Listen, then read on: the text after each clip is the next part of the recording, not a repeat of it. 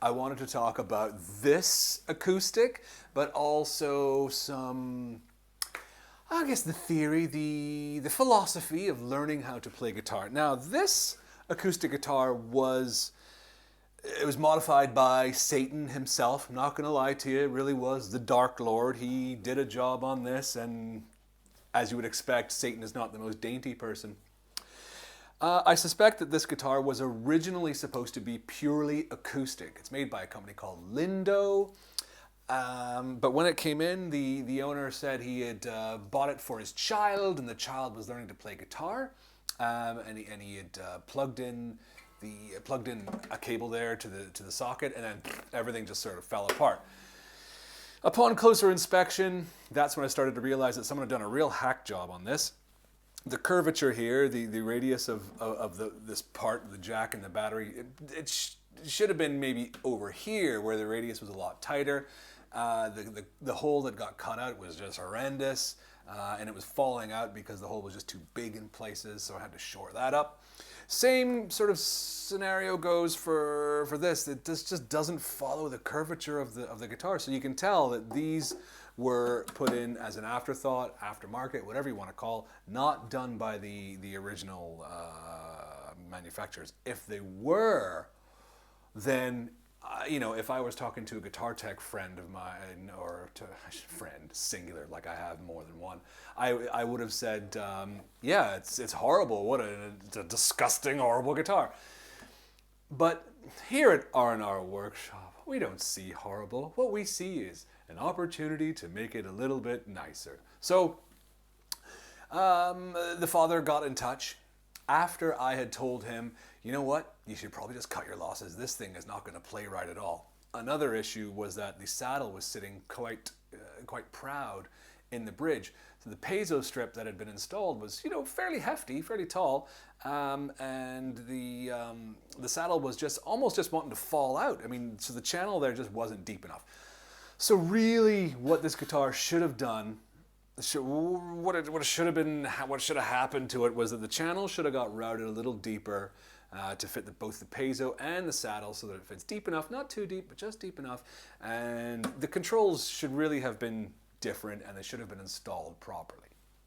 That said, time was of the essence for this, because the father had bought the guitar for the child. The child was just learning, and so the father said, you know what, I can't buy a whole new guitar at this point, so please just do what you can with it. So what we decided to do was make it purely acoustic, so the controls and the plugs and all that is decorative at this point, otherwise it's just going to be a huge hole left over. So I reinstalled the saddle with a shim because it was a little bit too small after sanding when the piezo went in. Did that and redid the nut. The nut, again, that was a third-party, second-hand installation. So overall, this guitar has just been battered through its life. Then it came to the setup, and I said, you know what, I'll make it play nice, and it's because it was just horrible. The strings were a mile off the fretboard, and this is where I get into the philosophy part of things. At this point, the father said about his learning child, that the child is just learning, so you don't want to make it too easy for them. But I completely disagree with that.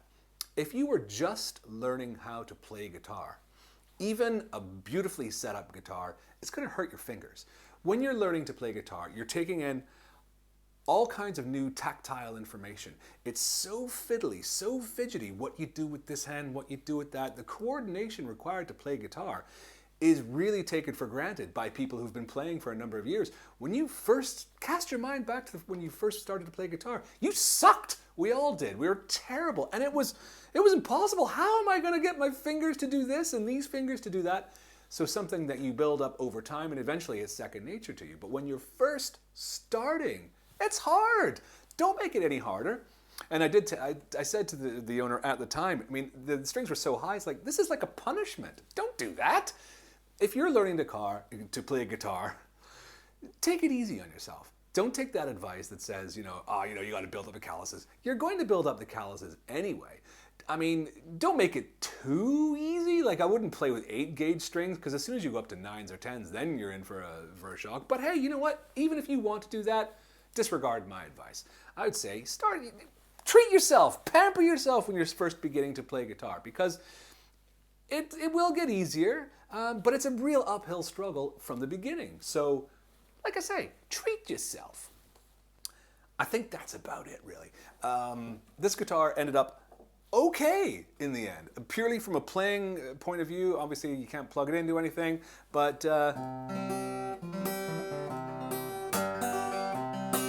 it plays okay. It sounds nice. New set of strings. The neck isn't the worst. The nuts certainly looks a lot nicer. The strings are sitting nice and shallow without being dug into big channels.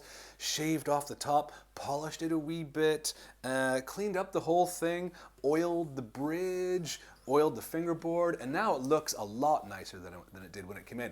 And if you're just learning to play guitar, isn't it nice that you actually have a guitar that looks nice as well as feels nice? Because you're new to this game. You shouldn't be treated as if you don't belong. Of course you belong. You're part of the, I was going to say the fraternity, but it's very patriarchal, isn't it? So you're just part of the neighborhood now. So welcome to playing guitar.